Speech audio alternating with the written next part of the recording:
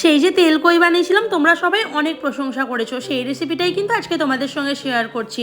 এত দুর্দান্ত খেতে হয়েছিল, এভাবে যদি বানিও সবাই আঙুল চেটেপুটে খাবে। আমি প্রথমে মাছটাকে ধুয়ে নুন হলুদ মাখিয়ে রেখে দিয়েছিলাম অনেকক্ষণ। তারপর এদিকে মাছটা ভেজে নিচ্ছি, তারপর এদিকে বাটা মশলাটাও রেডি করে নিচ্ছি।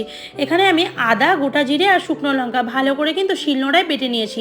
আর তার সঙ্গে বেটেছি একটা মিডিয়াম সাইজের পেঁয়াজ আর ওই 8-10 কোয়া মতো রসুন।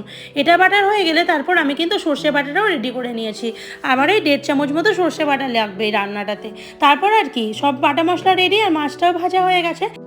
প্রথমে তেলের মধ্যে কালো জিরা ফোড়ন দিয়ে পেঁয়াজ আর রসুন বাটাটা ভালো করে কষিয়ে নেবো। তারপর বাদবাকি মশলা দিয়ে লবণ, হলুদ আর সামান্য জল দিয়ে ভালো করে সব মশলা কষানো হয়ে গেলে এর মধ্যে দিয়ে দেবো 1.5 চামচ সর্ষে বাটা। সর্ষে বাটাটা দিয়ে নাড়াচাড়া করেই কিন্তু জল দিয়ে দিতে হবে। জলটা ফুটে উঠলে ভেজে রাখা মাছগুলো আর কয়েকটা চেরা কাঁচা লঙ্কা দিয়ে 4-5 মিনিট মতো ফুটিয়ে নিলেই আমাদের দেশি তেল কই কিন্তু একদম রেডি। বিশ্বাস করো, গরম ভাতে এটা থাকলে আর কিছু লাগবে না। কী যে অপূর্ব খেতে হয়েছিল, সবাই বাড়িতে অবশ্যই একবার ট্রাই করো।